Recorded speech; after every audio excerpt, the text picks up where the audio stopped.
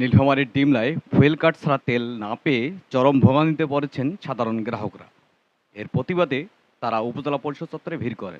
পরে উপজেলা নির্বাহী কর্মকর্তা ইমরানুজ্জামান এর আশ্বাসে পরিস্থিতি শান্ত হয়ে যায় এবং গ্রাহকরা ফিরে যান।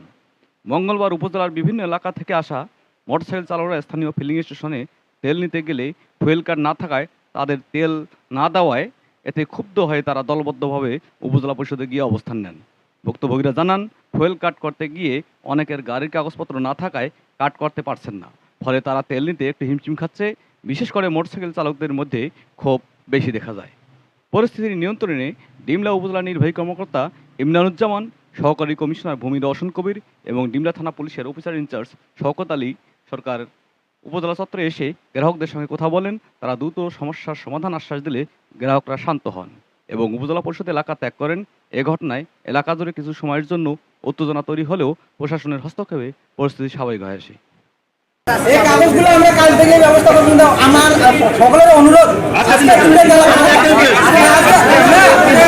মনে করেন কাল 22 তারিখ থেকে আপনাদের অর্ডার আমরা পালন করবো। সবাই কাজটা করবে কি? তাহলে কাজ কে করবে বলে? আজকে দিলে তেল দিতে হবে।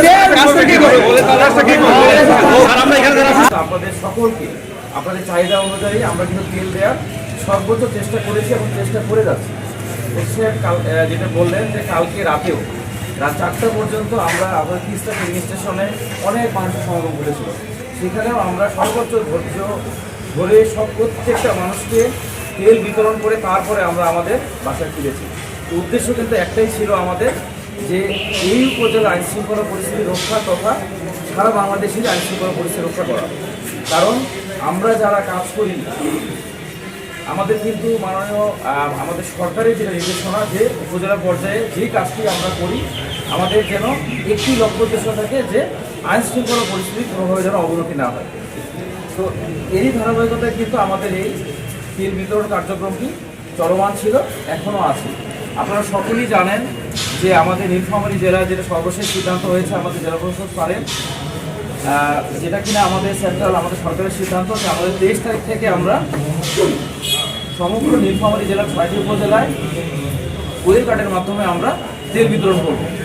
এবং আপনাদের এই যে দেখেন আমার হাতে যে কার্ডটি দেখতে পাচ্ছেন, এটি আপনাদের সেই ফুয়েল কার্ড, যেই ফুয়েল কার্ডের মাধ্যমে 23 তারিখ থেকে আমাদের ডিমলা উপজেলার সাধারণ মানুষ যারা আপনারা আছেন, এই কার্ডের মাধ্যমে আপনারা তেল পাবেন।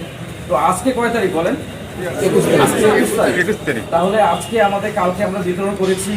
আজকে আপনারা সকলেই জানেন যে একই সাথে আমাদের কিন্তু আমাদের পরীক্ষা চলমান। আজকে আমাদের এসএসসি পরীক্ষা হচ্ছে সারা দেশব্যাপী, একই সাথে আমাদের ডিগ্রি পরীক্ষা চলমান।